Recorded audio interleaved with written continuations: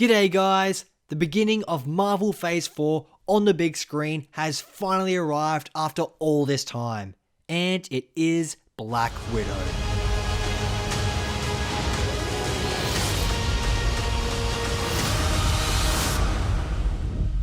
Two years after the last MCU installment in cinemas, Black Widow has finally hit a release date after being delayed indefinitely for what feels like forever.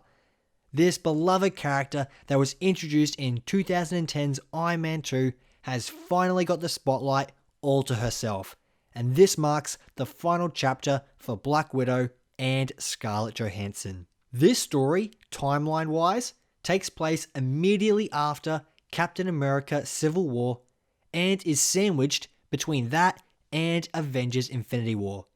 The story of course follows Natasha, and when dark secrets and looming threats come for her, she is forced into a situation where she must reunite with some people who have played an important role in her development, not only as a killer, but also as a woman. To begin with, I'm going to address the things I enjoyed in this movie. I thought the action scenes were killer, and like most Marvel movies, the action sequences are exciting, tense, and full of spectacle. Quite honestly, it's a miracle Natasha is able to survive everything she goes through, but despite just being a normal human with kick-ass spy abilities, she is able to hold her own and entertain you every step of the way. There is great doses of comedy throughout, but that's to be expected from an MCU movie. What I didn't expect was for some key scenes to really pull at the heartstrings. There is some great acting on display by the entire main cast, and Florence Pugh really steals the show here. She is amazing in this film, and I must say I also really enjoyed David Harbour's presence as well. There are some great character moments that bring about drama between this estranged family of sorts, and I was thoroughly captivated by it all, especially this one scene at the dinner table. As for negatives in this film, I thought the villainous presence overall was quite weak.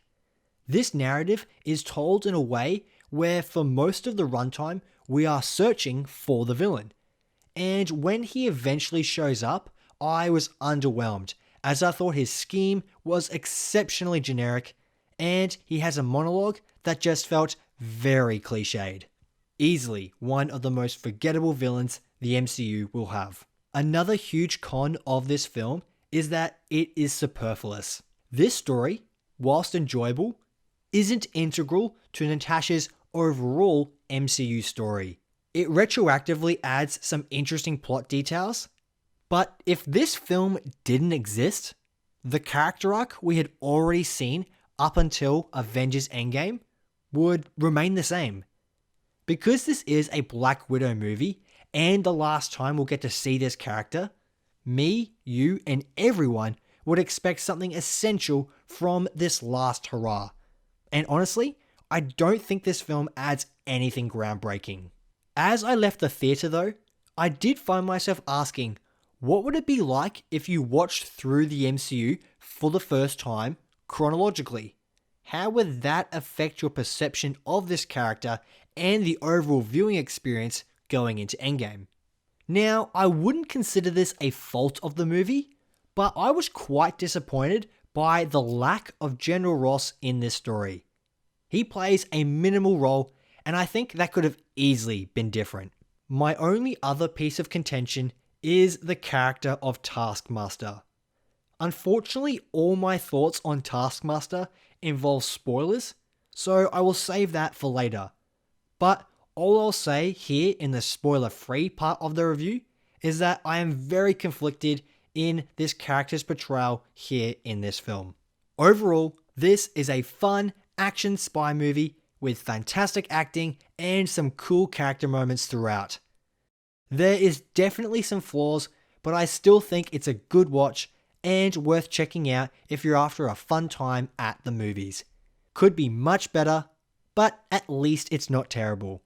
Considering this is Black Widow's last installment, it does feel slightly underwhelming given the fact that this story is sandwiched between Civil War and Infinity War.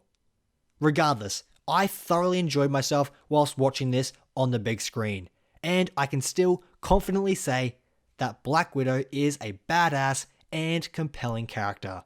Those are my spoiler-free thoughts on the film. I'm now going to quickly transition into my spoiler thoughts on the film. So if you haven't seen it yet, now is your time to disappear. Now let's talk about Taskmaster. Firstly, this character is really cool, and I was excited to see how he would be portrayed in live action in the MCU. Except it's not a man, but a woman instead. The adaptation of the character is different to what I am familiar with in the comics mythology. This isn't new for the MCU to do this, changing things slightly, but here, the screenwriters decided to make Taskmaster tie emotionally into Natasha's story, showing the consequences of her actions in Budapest. Taskmaster is of course the daughter of the main villain running the Red Room. Now, if you knew nothing about Taskmaster and came into this movie seeing what we got, I think you would find entertainment in this story element. But because they changed who this character is from what me and many fans expected, at least I found myself slightly underwhelmed. This character had so much potential, and I feel like it was wasted in my opinion. I don't think it was bad what they did. I actually think it works for this narrative that they're telling quite well, but I find myself conflicted on how I feel this character was handled overall. Now that's the big spoiler I wanted to address. Everything with Red Guardian I found amusing, the Red Room storyline was everything I expected, nothing groundbreaking, and it is very clear what the purpose of this movie really was. This film sets up Yelena for the future, and there is now plenty of new characters the MCU can utilize in various stories moving forward. Now, I love Florence Pugh in this movie, and I am excited to see more of her.